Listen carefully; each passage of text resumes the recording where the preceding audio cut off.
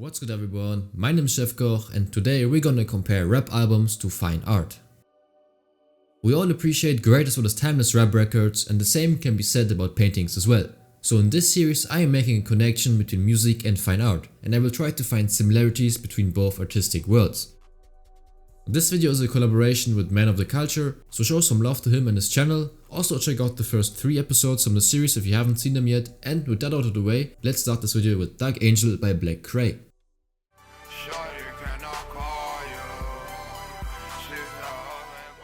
Dark Angel is an album by underground rapper Kray that came out in February 2015.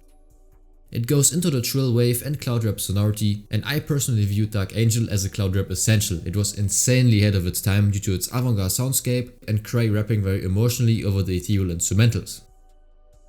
On here we see Kray fully venture into the emotional, depressed emo rap sound he was cooking up ideas for on his past records, now shown in full force on the album, with a bunch of auto-tuned vocals, laid back and at times lo-fi production, and the usual goth lyrical content.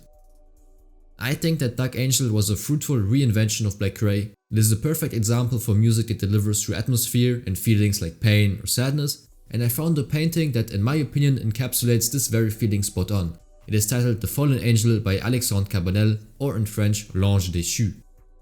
The Fallen Angel was painted in 1847 by French artist Alexandre Cabanel, who was a leading figure of the academic art movement, which emphasized classical and historical subjects, precise rendering and technical proficiency.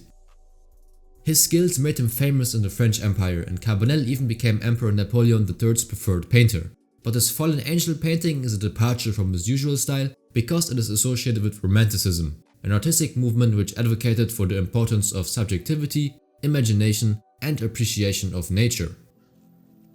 Cabanel's painting was inspired by John Milton's poem Paradise Lost, which told the story of the fall of Satan and his rebellion against God. Lucifer once was the highest archangel and God's most beautiful creation, but such circumstances made him question his own powers and his place in the angelic hierarchy. He wanted to be equal to God, started defying God's authority and led a rebellion of the angels against heaven. However, he was defeated and forever cast out of heaven along with his followers and fell into hell. This story also alluded to the narrative about the war in heaven from verse 12 in the book of Revelations in the Bible, describing how the devil was cast out of heaven for rebelling and deceiving God. Now that we talked about the inspirations, let's deconstruct the painting. The canvas shows a saddened Lucifer with his hands crossed and tears running from his eyes. He lies on the ground, naked, while angels fly in the sky above to show the glory of God. Lucifer is the focal point of the painting, commanding the viewer's attention with his outstretched posture and expansive wings. His right wing, prominently visible on the left side of the composition, subtly blends with the background, symbolizing his lost connection with the heaven. And then the wingtips darken, losing their luminous whiteness, much like dead leaves ready to fall from a tree. Therefore, lighting is a key aspect of Cabanel's technique. Lucifer's lighter toned figure, still bound to the heavens, starkly contrasts with the dark surface upon which he sits, and the angels in the sky are also draped in flowing blue cloth. Lucifer is yet bound by both worlds, but the color of his wings shows that it will not last forever. The broken wings of the Fallen Angel painting symbolize the fall from grace as well as the loss of divine power. His twisted body and anguished expression convey the pain and suffering of his punishment, and the stormy sky suggests the wrath and judgment of God. Therefore, the composition of the Fallen Angel is a compelling visual narrative, each element contributing to the painting's emotional depth and the story of Lucifer's fall. With that, we successfully analyzed the Fallen Angel by Alexandre Cabanel, but what does the painting actually have in common with Dark Angel? First of all, both pieces of art depict an unconventional version of an angel.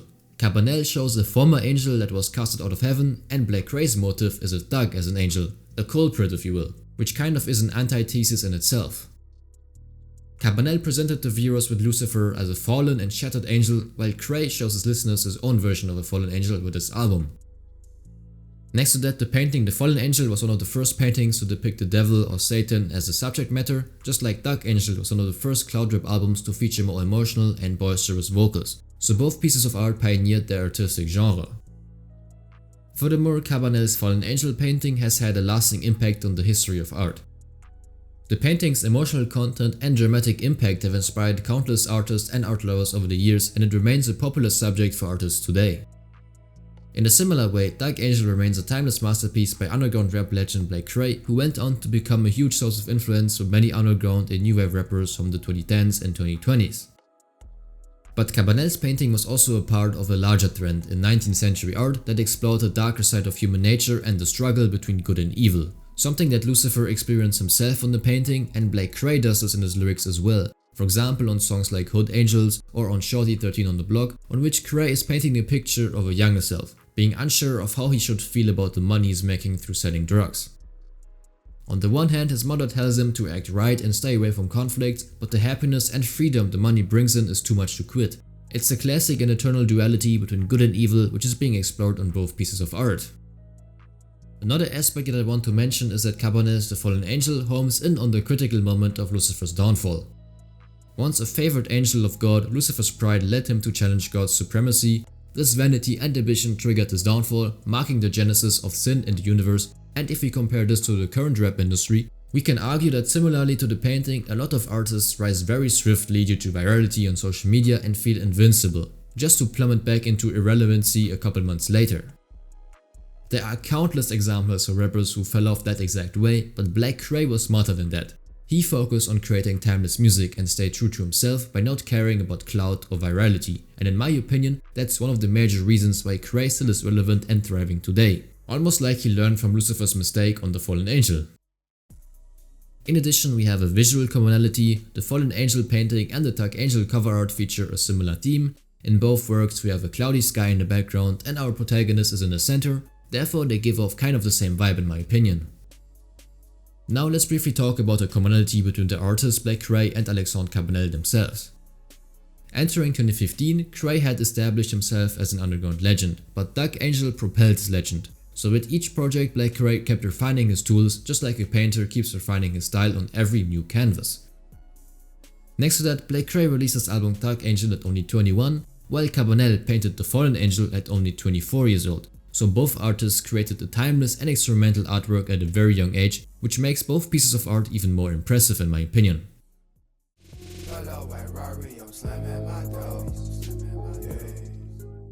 And with that being said, I concluded my personal analysis, so now I'll pass it on to my colleague, Man of the Culture. So let's find out which album and fine art piece he prepared for us.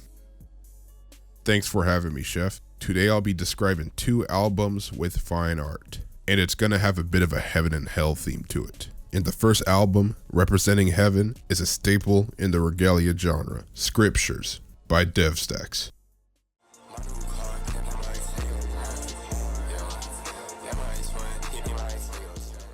On Scriptures, Devstacks expresses his Christian faith and appreciation for God while also single-handedly producing every track on this album. And each beat on this project sounds absolutely beautiful, angelic, and heavenly. I'm telling you, the instrumental version of this album is the future of church music. And the painting I like to pair this album with is The Last Supper by Leonardo da Vinci. Both projects are inspired by Christianity and the Bible, with Leonardo bringing a piece of the Bible to life and Devstacks talking about the Bible being a piece of his life. I thought these two complemented each other well, and both of these works show you the artistic beauty one could find in both God and Christianity.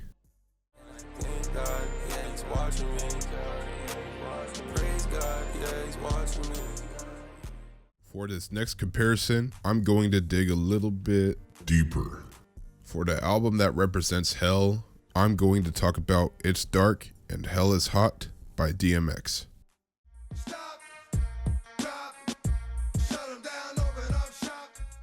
And the piece of art I'm going to connect this album to is a piece of architecture, The Gates of Hell, a sculpture by Auguste Rodin.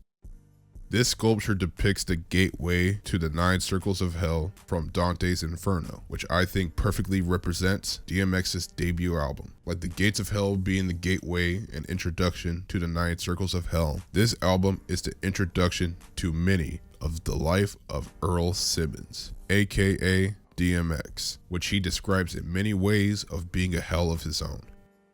Being a unique mix of horrorcore and street rap, this album is a raw and intense listening experience. You can just hear all of the years of agony, anger, violence, and suffering that DMX went through being poured out into this project. In this album, DMX talks about committing a litany of various crimes and sins, such as murder, mutilation, home invasion, and being an underground rapper. And this is just one song off the album. Every song on this album is about committing sinful acts in harsh and dangerous situations that DMX has went through. Even the most innocent and lighthearted song on this album, How's It Going Down, is a song about adultery, where DMX talks about having an affair with a woman who is still with the father of her 2 kids. DMX also has a couple of tracks that take inspiration from horror movies with demonic themes, first of which being X is Coming. In the chorus, he alludes to the song 1-2 Freddy's Coming For You, a song from The Nightmare on Elm Street, a movie about Freddy Krueger, a serial killer that's able to murder people in their dreams, a power that Freddy got from dream demons. The second song that's influenced from a horror movie with demonic themes is Damien. This song is about DMX meeting and befriending someone named Damien, who's the devil in disguise.